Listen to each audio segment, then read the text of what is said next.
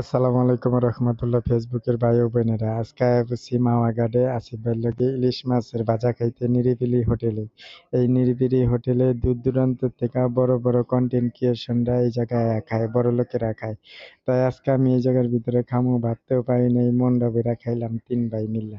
খাওয়া দাওয়া শেষ করে বাইরেইতেছি আমার আসিফ ভাইয়ের লগে। আপনারা সবাই দোয়া করেন আমার আসিফ ভাইয়ের উছিলায় আমি অনেক ভালো আছি, আলহামদুলিল্লাহ।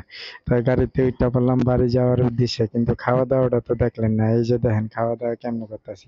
আমার আসিফ ভাইয়ের লগে এই বড় ভাই আছে, উনি আমার অনেক খোঁজ খবর নেয় ফোন দিয়ে, আমার ভাই কত ভদ্রভাবে খাইতেছে। আমার ভাই অল্প দুগার বেশি ভাত খায় না। আপনারা সবাই আমার আসিফ ভাইয়ের লেগে দোয়া করেন, আমার আসিফ ভাইয়ের জানি আল্লাহ কবুল করে।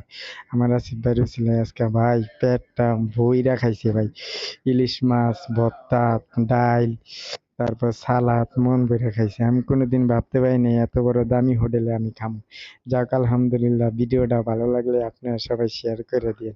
আর আপনারা কেউ পদ্মার পাড়ে আইলে এই নিরিবিলি হোটেলে আয়া পারবেন খাইতে। ভিডিওটা ভালো লাগলে শেয়ার করে দিন। আসসালামু আলাইকুম রহমতুল্লাহ।